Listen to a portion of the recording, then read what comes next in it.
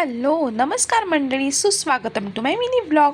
किचनमध्ये जाण्या अगोदर आधी मी लिहित आहे परीचा डेली क्लास ब्लॉग, जेणेकरून तिची रिव्हिजन घेतली जाईल. वैभव आलेला आहे घरी, त्यामुळे थोडासा भाव तर खाल्लाच पाहिजे. आता खाणार बाबाचा ओरडा. कोणत्याही गृहिणीला हे काम चुकलेलं नाही, ते म्हणजे भांडे क्लिनिंग, आणि ते माझं झालेलं आहे. वैभवने आणलं होतं चिकन आणि ते स्वच्छ असं धुवून घेऊन त्याला छान असं मॅरिनेशन केलेलं आहे. चिकन 65 आणि चिकन रस्स्यासाठी स्पेशली.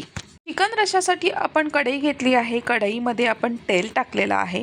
तेलामध्ये आपण काळं वाटण टाकून त्याला छान तेल सुटेपर्यंत फ्राय करत आहोत.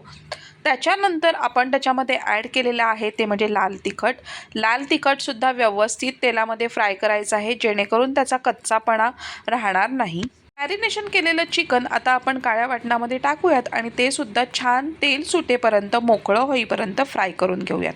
त्यामध्ये आपण पाणी घालूयात आणि उकळी येईपर्यंत 15 ते 20 मिनिटं ठेवून देऊयात. आपण चिकन 65 तयार करून घेऊयात आणि परीला आणि वैभवला सर्व करूयात, जेणेकरून जेवण होईपर्यंत तेवढंच पोट भरेल. हे आपला चिकन रस्सा सुद्धा झालेला आहे. मला जेवढा थिकनेस होता तेवढा मी केलेला आहे आणि आता कोथिंबीरने तो गार्निशिंग करून घेत आहे. चला मग आपण आता वैभव आणि परीला जेवायला देऊयात. मस्त यम्मी असं चिकन आणि खूप सारं स्वेटिंग झालेलं आहे. चला भेटूयात आपण नेक्स्ट ब्लॉगमध्ये. थँक्यू.